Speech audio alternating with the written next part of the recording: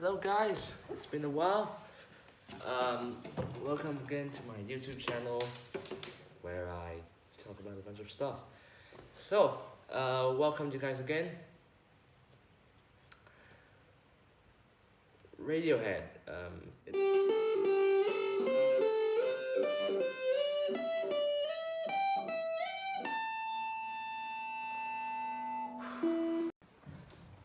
So how I try to pick these 10 tracks is I try to encompass all of the things that I like about Radiohead in all of these 10 tracks.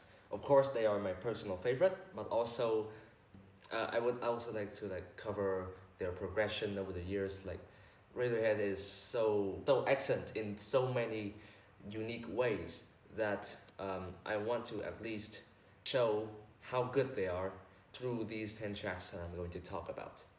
So, coming up at number 10, we have Blowout, the closing track on their debut album, Pablo Honey. To be honest with you, I hate Pablo Honey. Tom York, I think, hasn't really matured as a lead vocal singer yet. So, a lot of their tracks are a bit dull, and Tom's voice just is way too upfront, and the quality is just not there. It makes for a very bad experience. But the track Blowout is, I believe, one of the many underrated tracks that Radiohead has had over the years. I think that people discredit Pablo Honey a lot, especially the rawness and the really powerful emotions that they had back in the day. This track, I think, encompasses all the best qualities of Pablo Honey that could have happened. The song Blowout really starts out not small, clean, but then it starts to build up with more really, I would say, good choice of instrumentals. They are not as creative or insane as Radiohead would go on to do, but however, I think that the vibe of the song really fits the way the description that I gave, that it is raw, and also the vocals are, even though they're not perfect, I think that those imperfections made the songs a bit more endearing and likable. There are some things to like about early Radiohead, and this is definitely one of them. Coming up at number 9, the song Fulstop from their latest album in 2016, A Moon-Shaped Pool. This, I think, is one of their most unique songs ever made. It is very drony, has at first the song kicks in with some really small dun, dun, dun, dun, dun, dun, and it just keeps on repeating, and then there are more dark instrumentals creeping in, and it just starts building up. Finally, Tom York starts to sing about the vow tasting medicine and how he has messed up everything. The instrumentals at the end starts to get really creepy, even though it's clean, but still there's sort of this eeriness feeling that you get from listening to this song. So, and I'd also like to add that this is what should have been the King of Limbs. It was hated by fans a lot for their failed experiments in drone music and starts really aggressive uses of loops. But this song, I feel it gives the vibe of the King of Limbs, but still has such emotional power that just makes this song perfect to me.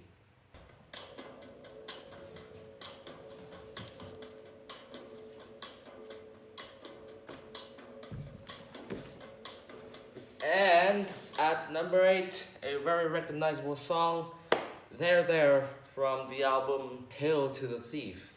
This track is amazing. As you can tell, I vibe with it a lot.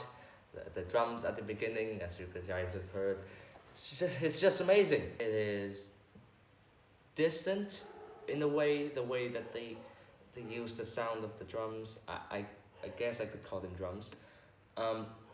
but also a bit eerie. And like also on a side note, the music video to this song goes really well with it. I think that it encapsulates the feeling of this song, of like just slow build up of Tom York um, walking in the woods, and then suddenly he approaches some kind of tree monster, and then everything just blooms, becomes weird. I think Tom York freezes at some point in the music video.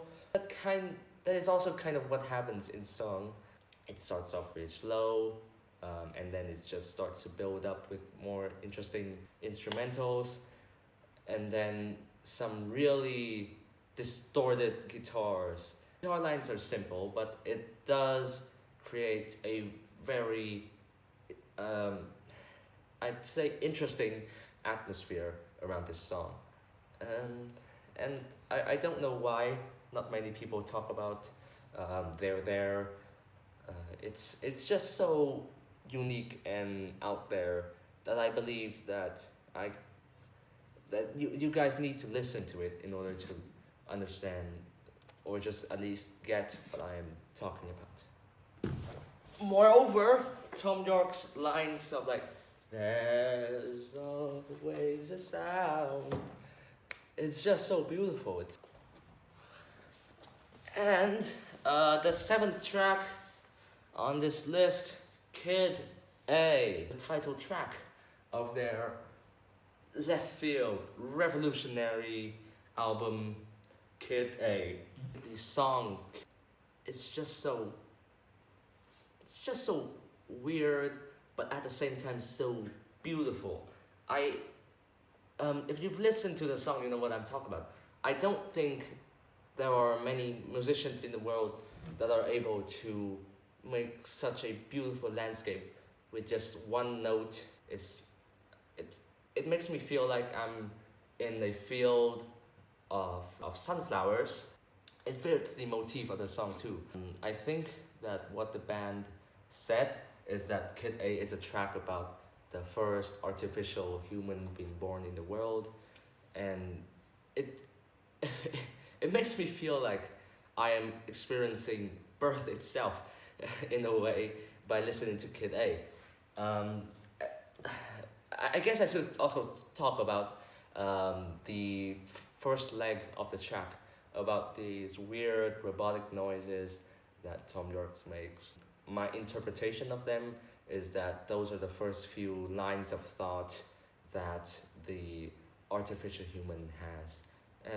And it's like mumbled, jumbled together, not very coherent, but there's so much visceral content in this song, visceral content in this song, that it makes it so memorable to me.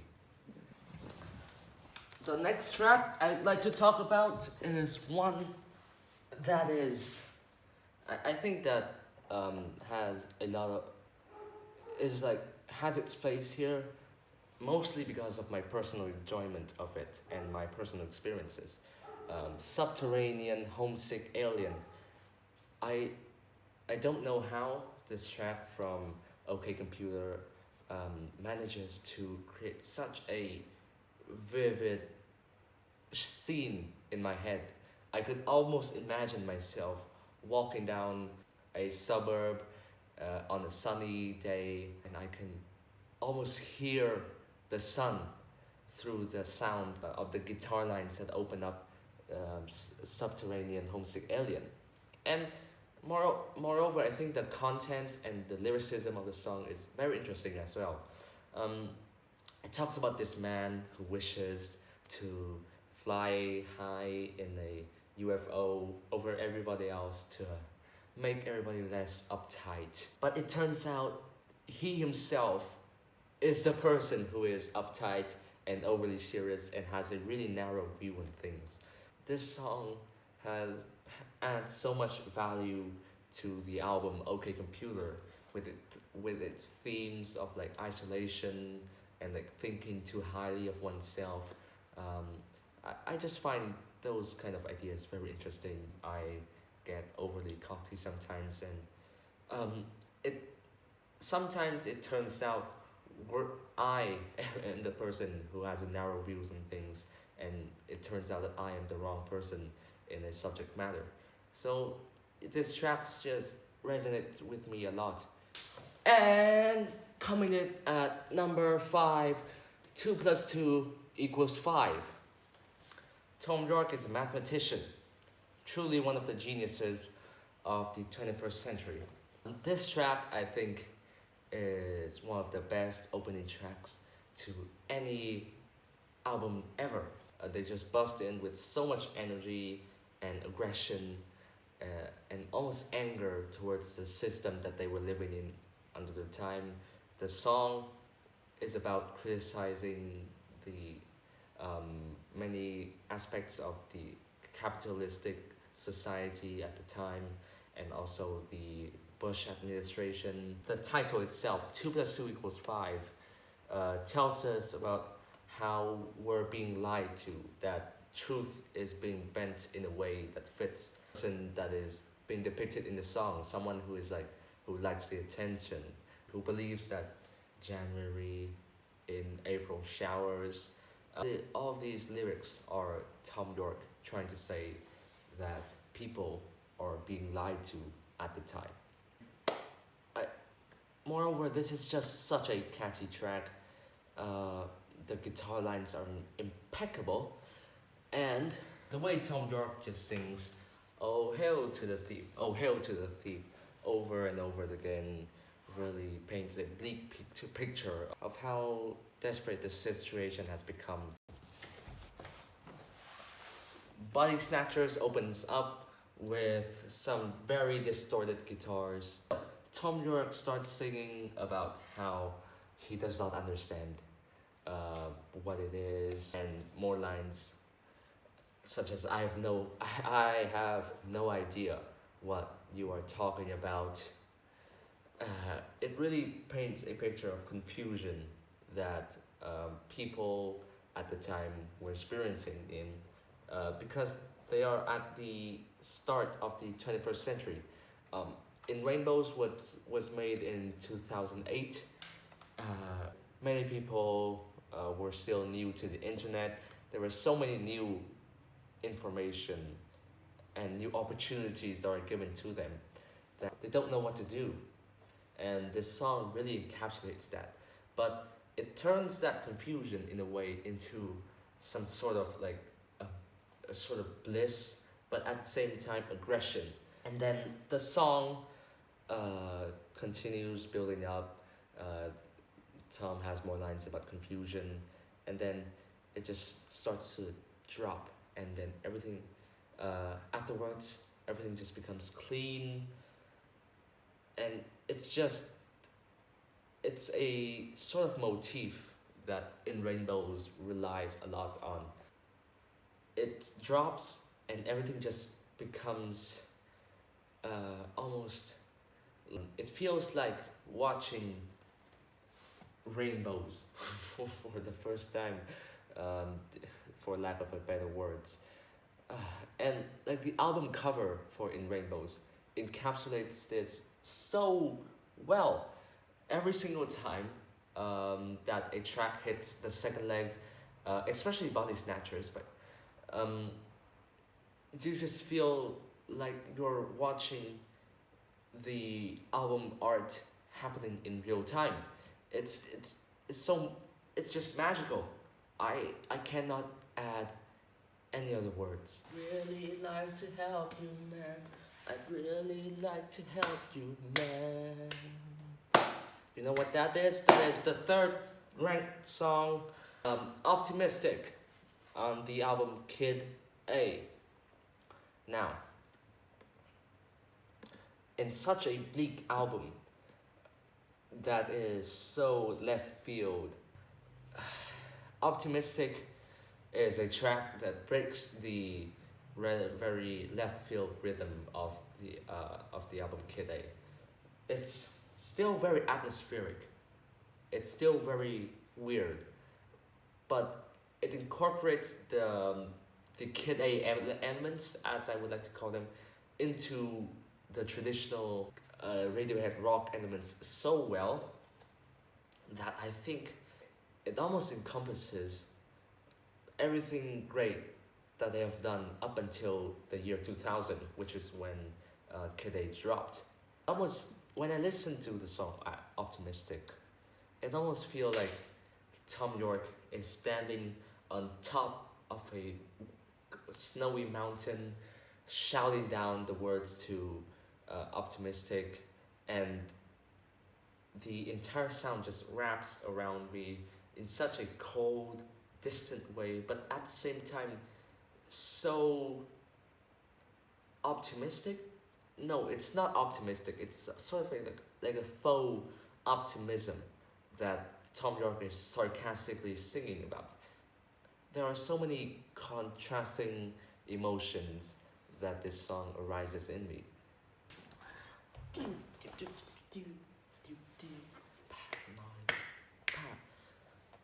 And coming up, Paranoid Android. What more can I say about Paranoid Android? Paranoid Android has been analyzed so many times by many people online. I guess that I could add that it truly shows Radiohead has so much songwriting creativity. They avoid so many cliches. The song just keeps on progressing on and on and on, but it doesn't lose its way. It, Paranoid Android still stays on its central focus about this guy who is a bit egotistic. He believes everybody else to be inferior to him. He one day hopes that God will rain down and destroy all the other people. And God, in this sense, in this song, is also like he himself, the subject of the song. Because like it is clear, Paranoid Android is also about a man dealing with his God complex. The song starts out by a man trying to shut up the voices inside of his head. Very creepy. And then it goes on to tell about how he is meeting people in the real world, how he sees this pig of a person, and then it just starts to get more aggressive. Tom York shouts, how don't you remember? How don't you remember my name?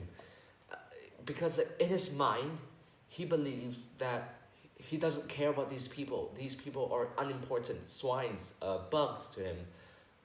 But at the same time, he wants to be recognized. And that in itself, I think, is one of the more interesting depictions of God complexes in music. And then it starts to break down into this sarcastic melody to God, and how God, sarcastically saying God loves all of his children. It's just so, it's just an insane track that I think that anyone should at least listen once in their lifetime. That's how good it is.